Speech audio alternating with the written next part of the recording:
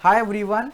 तो हमने last lecture में ये देखा था कि जो हमारे इंडिविजुअल्स होते हैं और एचयूएफ होते हैं वो एक स्पेशल स्कीम को ऑप्ट कर सकते हैं, जिसमें बहुत सारे सेलिब्रेट होते हैं। मैंने आपको उसका एनालिसिस भी बताया था। फिर जाते जाते मैंने ये बोला था कि कुछ शर्तों का पालन करना पड़ेगा अगर आपको इतने स्लैब में अपनी इनकम को फिट करके टैक्स को कम करना है। तो वे कंडीशन क्या है जिसको सेटिस्फाई करना है? अगर आपको कंसेशनल रेट ऑफ टैक्स की स्कीम चाहिए तो आइए उन कंडीशंस को पढ़ते हैं। Conditions to be satisfied for availing concessional rate of tax. The following deductions oblique exemption would not be allowed if an individual or HUF opts for concessional rates of taxes under section 115BAC। तो देखते हैं कि किन किन खर्चों को आप अपनी इनकम से माइनस नहीं कर सकते, किन किन डिडक्शन को आप अपनी इनकम से माइनस नहीं कर सकते और किन किन एग्जम्पशन को आप नहीं क्लेम कर सकते अगर आपको कंसेशनल यानी स्पेशल टैक्स ऑफ स्कीम में आना है। ठीक है, चलिए तो इस टेबल को जरा देखिए। एक तरफ हमारे सारे सेक्शन लिखे हैं और एक तरफ उन सेक्शन में क्या छूट मिलती है वो लिखा है। सेक्शन 10 सबसेक्शन 5 क्या कहता है? आप लीव ट्रैवल कंसेशन में कोई भी डिडक्शन नहीं ले सकते। क्या होता है? सैलरी में बात हुई होगी। Section 10 subsection 13A house rent allowance की छूट नहीं ले सकते, पूरे पर टैक्स देना पड़ेगा। Section 10 subsection 14 exemption in respect of special allowance और benefit to meet expenses relating to duties और पर्सनल एक्सपेंसेस। सैलरी चैप्टर में बात हुई है तो छूट नहीं ले सकते उसकी। सेक्शन 10 सबसेक्शन 17 नाम याद रखना बस इनको अपने दिल में बसा लेना। प्रैक्टिकल लाइफ में जब किसी की आईटीआर बनाओगे तब भी काम आएगा और एग्जाम में भी बहुत काम आएगा। क्वेश्चन बोलेगा कि मिस्टर अर्जुन की आप टैक्स लायबिलिटी निकालो, एक बार नॉर्मल स्कीम में और एक बार इस स्पेशल स्कीम में। तो स्पेशल स्कीम में क्या क्या छूट नहीं ले सकते उनको बस एक बार आप याद रख लो। डेली अलाउंस और constituency allowance of MPs and MLA। Section 10 subsection 32 exemption in respect of income of minor child included in the income of parent. Clubbing में हमने पढ़ा है, क्लबिंग में माइनर बच्चे की अगर इनकम क्लब हो जाती है तो एक अमाउंट एग्जम्प्ट हो जाता है, वो अमाउंट भी आप एग्जम्प्ट नहीं ले सकते। Section 10AA tax holiday for units established in special economic zone. जो यूनिट आपकी स्पेशल इकोनॉमिक जोन से ऑपरेट कर रही है, वहां पे स्थित है, उनको प्रॉफिट में छूट मिलती है तो वो छूट आप नहीं ले सकते अगर आप सेक्शन 115BAC को लेते हो। सेक्शन 16 वेरी इंपॉर्टेंट, आप स्टैंडर्ड डिडक्शन नहीं ले सकते, एंटरटेनमेंट अलाउंस नहीं ले सकते, प्रोफेशनल टैक्स की छूट नहीं ले सकते। ये सब सैलरी के चैप्टर में डिस्कस हो चुका। Section 24 subsection B interest on loan in respect of self occupied house property. अगर आप सेल्फ ऑक्यूपाइड हाउस प्रॉपर्टी पे इंटरेस्ट पे कर रहे हो उसकी छूट मत लेना, बट अगर आप लेट आउट प्रॉपर्टी पे इंटरेस्ट की छूट लेना चाहते हो तो वो ले सकते हो। तो यहाँ पे ये पॉइंट याद रखना, सिर्फ सेल्फ ऑक्यूपाइड वालों के लिए यहां पर रेस्ट्रिक्शन है और किसी के लिए रेस्ट्रिक्शन नहीं है। Next section 35 subsection 1 close 2 close 2A close 3 और सेक्शन 35 सबसेक्शन 2AA ये क्या कहता है आइए देखते हैं। क्लोज 2 क्लोज 2A क्लोज 3 और 35 2AA आइए पढ़ते हैं। नोटिफाइड अप्रूव्ड रिसर्च एसोसिएशन या फिर यूनिवर्सिटी या फिर कॉलेज या फिर other institution for scientific research. PGBP में पढ़ा था साइंटिफिक रिसर्च पे कितने खर्चों की छूट मिलती है, वो आप नहीं ले सकते। Approved Indian company for scientific research, अगर आप इनको पैसा देते हो तब भी आप छूट नहीं ले सकते अगर स्पेशल स्कीम का फायदा उठाना है। नोटिफाइड अप्रूव्ड रिसर्च एसोसिएशन या फिर यूनिवर्सिटी या फिर कॉलेज या फिर अदर इंस्टीट्यूशन को आपने पैसा दिया, किस लिए? सोशल रिसर्च के लिए या फिर स्टैटिस्टिकल रिसर्च के लिए, तो आप डिडक्शन क्लेम नहीं कर सकते अगर आपको ये गोल्डन स्कीम का फायदा उठाना है। Last, an approved national laboratory, university, IIT या फिर specified person for scientific research undertaken under an approved programme, अगर आप इनको पैसा देते हो तो 2 डिडक्शन मत लेना अगर आपको स्पेशल स्कीम का फायदा उठाना है। तो ये सारी बात आपकी पीजीबीपी में डिस्कस हो चुकी है, राइट। चलिए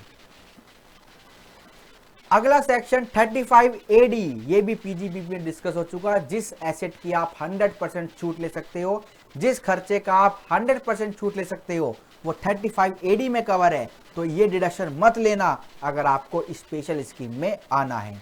investment linked tax incentives for specified business, कुछ स्पेसिफाइड बिजनेस यहां पर होते हैं। नेक्स्ट सेक्शन 57 सबसेक्शन 2A, ये क्या कहता है? Deduction in respect of family pension. Other sources में बात करी थी, फैमिली पेंशन में जो डिडक्शन लेते हो आप वो भी मत लेना। डिडक्शन फ्रॉम 80C से लेकर 80U तक आप मत लेना, बट आपको 80CCD सबसेक्शन 2 और 80JJAA में छूट मिल सकती है। ये दोनों सेक्शन को आप ले सकते हो, बट अदर सेक्शन में छूट मत लेना, वरना ये स्पेशल स्कीम आपको नहीं मिलेगी।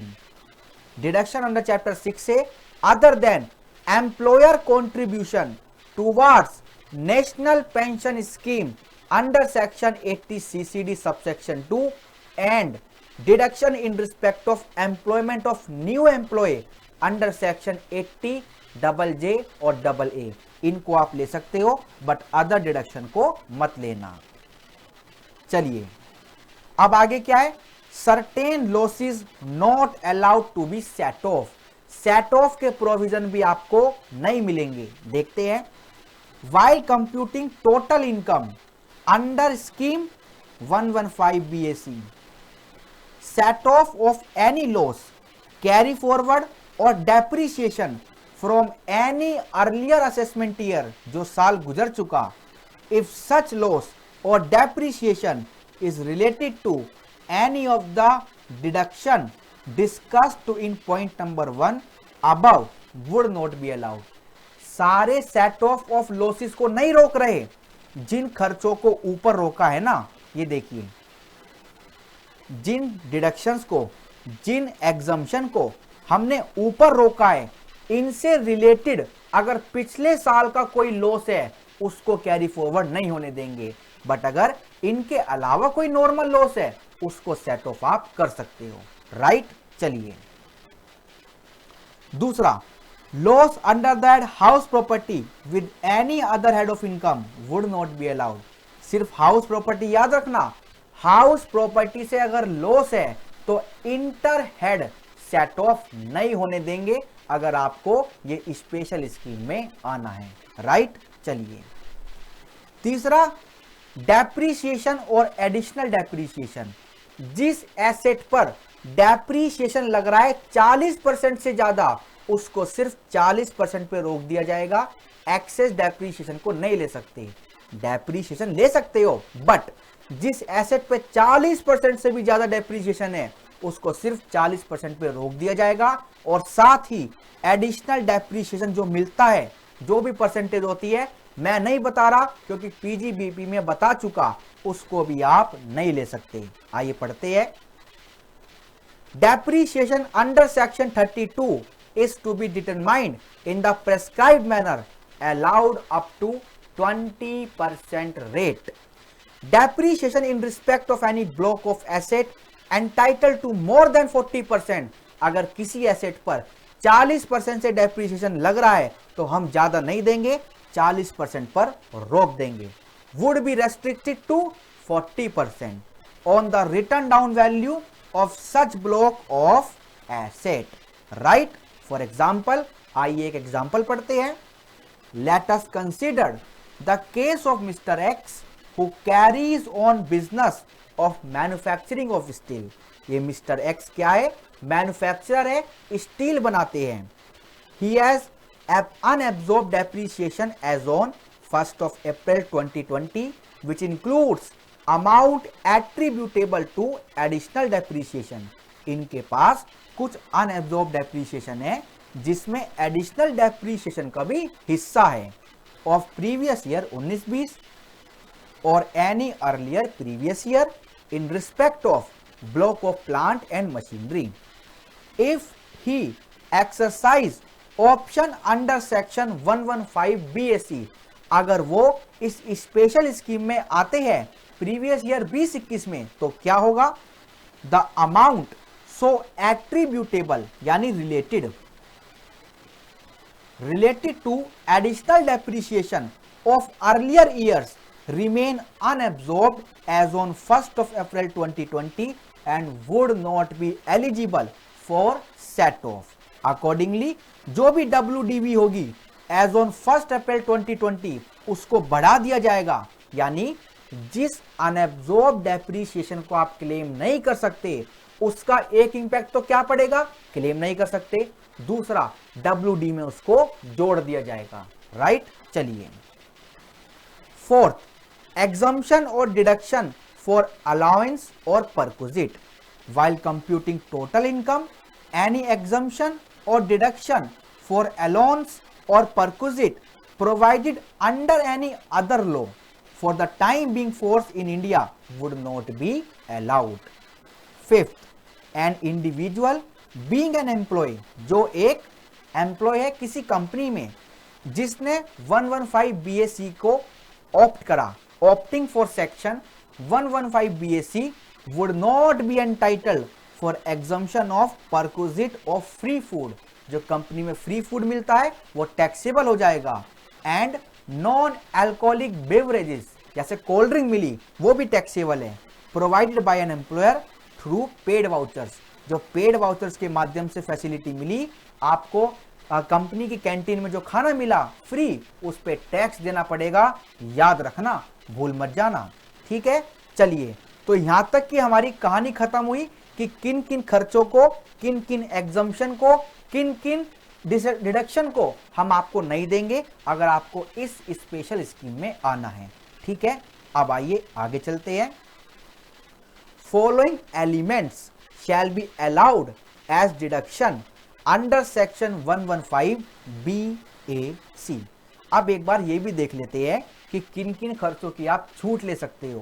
पहला, ट्रैवलिंग अलाउंस। ट्रैवलिंग अलाउंस जो आपको मिलता है उसकी छूट आप ले सकते हो। Daily allowance, that is allowance granted on tour और for the period of journey in connection with transfer to meet the ordinary daily charges incurred by an employee on account of absence from his normal place of duty। तीसरा, conveyance allowance, that is allowance granted to meet the expenditure incurred on conveyance in performance of duties of an office or employment of profit where free conveyance is not provided by the employer। ठीक है। Next, exemption in respect of transport allowance, ये भी मिल सकती है but जिसको मिलती है, salary में बात हुई थी ना, आइए देखते हैं। To an employ who is blind और डीफ एंड डम्ब और orthopedically handicapped with disability of the lower extremities of the body, और वो भी छूट कितने की मिलेगी? सिर्फ और सिर्फ 3200 रुपये पर मंथ। ट्रांसपोर्ट अलाउंस की छूट हर किसी को नहीं मिलती, जो ब्लाइंड है, जो डीफ है, जो डम्ब है या फिर जो हैंडीकैप है, सिर्फ उनको मिलती है।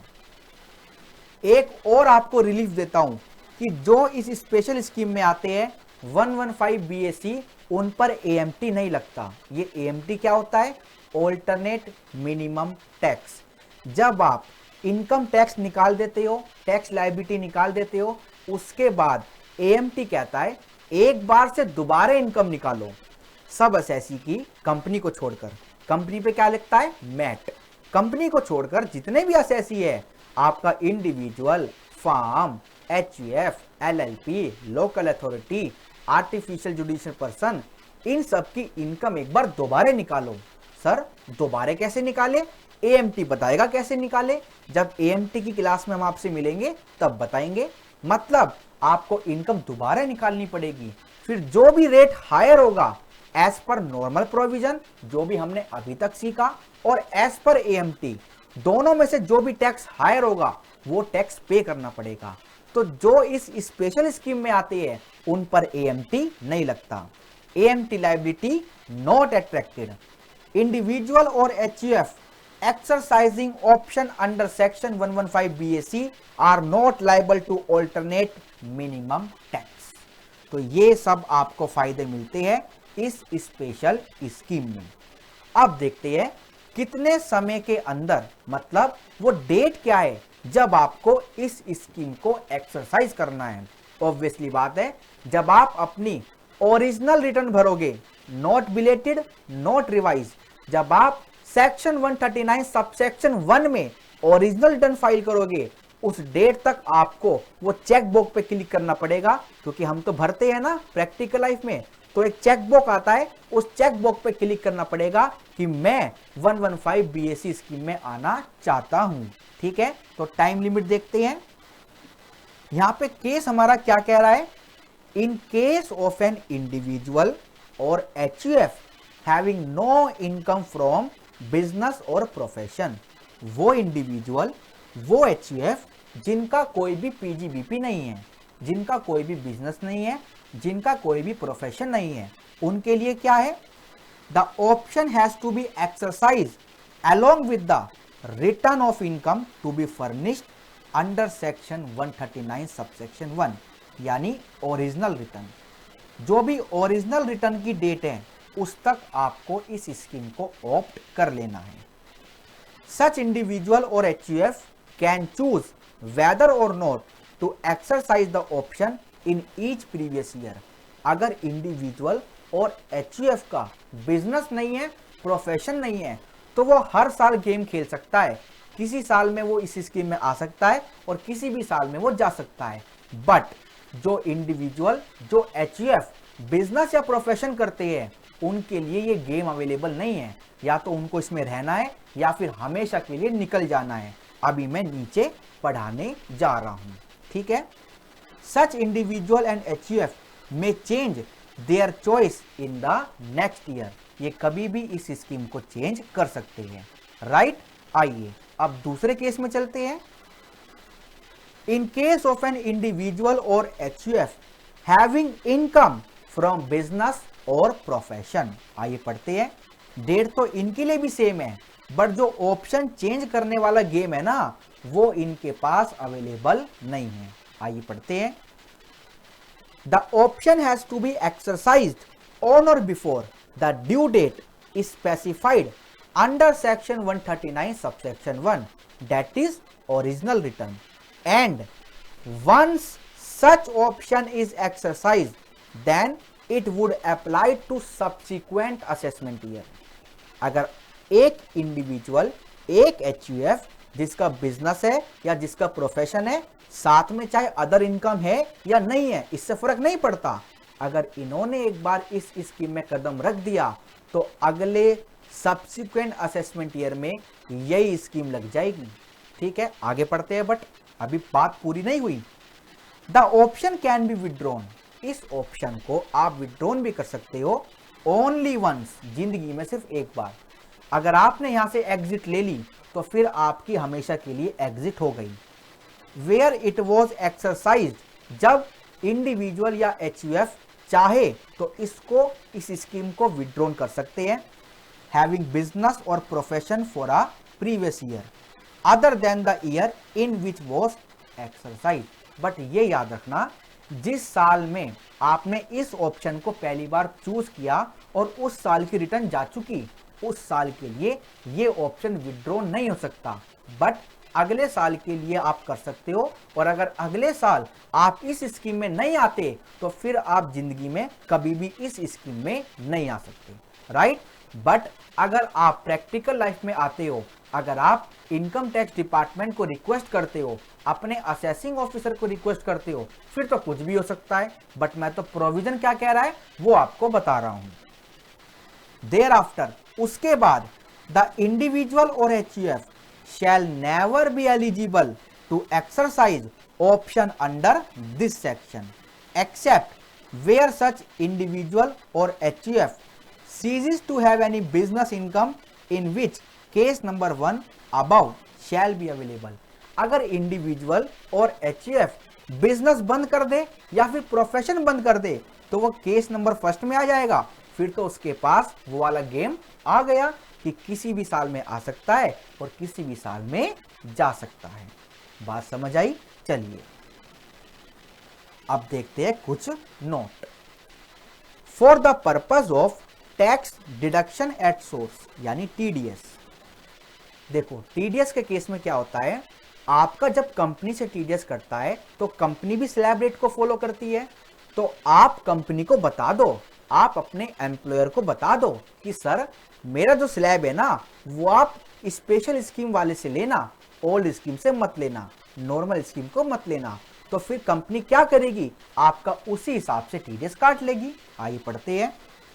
The CBDT has wide circular number C1 of 2020 dated 13 April 2020 clarified that an employee having income other than income under the head PGBP, जिसकी PGBP की इनकम नहीं है, अगर PGBP की इनकम है आपके पास तो फिर ऐसा नहीं होगा, ठीक है।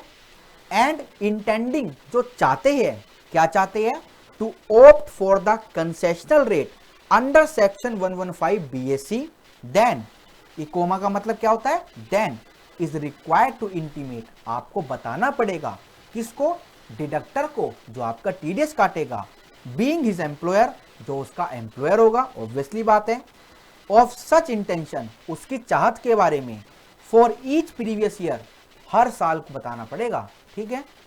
अपॉन सच इंटीमेशन, वो इंटीमेशन मिलने के बाद डिडक्टर क्या करेगा, इनकम निकालेगा और TDS काटेगा, किस बिहाफ पर, नई स्कीम के बिहाफ पर, राइट। चलिए आगे देखते हैं। If such intimation is not made by employ, अगर आपने कंपनी को नहीं बताया फिर आपका TDS कैसे कटेगा, नॉर्मल स्कीम के बिहाफ पर। Then the employer shall deduct tax at source without considering the provision of section 115 BAC। However the intimation would not amount to exercise option in terms of section 115 BAC and the person shall be required to do so along with the return to be furnished under section 139 subsection 1 for that previous year। ये कह रहे हैं company ने तो आपका TDS कम rate से काट लिया, बट जब आप अपनी रिटर्न फाइल करोगे आपको भी बताना पड़ेगा कि हाँ मैं नई स्कीम में आना चाहता हूं, मैं इस स्पेशल स्कीम में आना चाहता हूं, आपको जरूर बताना पड़ेगा। ये नहीं कि कंपनी को आपने बता दे तो काम खत्म हो गया, आपको अपनी रिटर्न फाइल करते वक्त भी बताना पड़ेगा। 10 option at the time of filing of return under section 139 subsection 1 could be different from the intimation, intimation अलग है और रिटर्न के टाइम पे आपको अलग बताना है। Made by such employ to the employer for that previous year. आगे देखते हैं। A person having income under the head profit and gain from business और प्रोफेशन, जिस असेसी की यानी इंडिविजुअल या HUF की PGBP की इनकम है उसको क्या करना है, जैसे आप किसी से सामान खरीदते हो तो क्या पता आपका जो सप्लायर है वो TDS काट ले, आपका TDS के प्रोविजन आपने पढ़े होंगे, तो आप उसको भी बता दो कि मैं इस स्कीम में हूं, मेरा TDS इस रेट से काट या फिर मेरा TDS मत काट। However, the intimation to the employer in case for subsequent previous year must not deviate from the option under section 115 BAC once exercised in a previous year। ये कह रहे हैं जो पीजीबीपी वाला केस है ना, जो पीजीबीपी वाला केस है वो आपका बिल्कुल सेम है। आपको क्या करना है, अगर एक बार आप इस स्कीम में आ गए तो आप आ गए, बट अगर उसके बाद भी जाना चाहते हो तो हमेशा के लिए निकल जाना। ये वाली बात यहाँ पर बताई गई है, ठीक है। तो यहाँ पे आके ये एक अच्छा टॉपिक खत्म होता है कि जो 115 बीएसई है, जो ये स्पेशल स्कीम है, जो ये नई स्कीम है, इसमें क्या क्या छूट मिलती है, क्या क्या नहीं मिलती, किस टाइम पर हमको इसको ऑप्ट करना पड़ता है, ये सारी बातें हमने आज के लेक्चर में सीखी, ठीक है। चलिए फिर अगले लेक्चर में मिलेंगे नई बातों के साथ। Okay, thank you so much.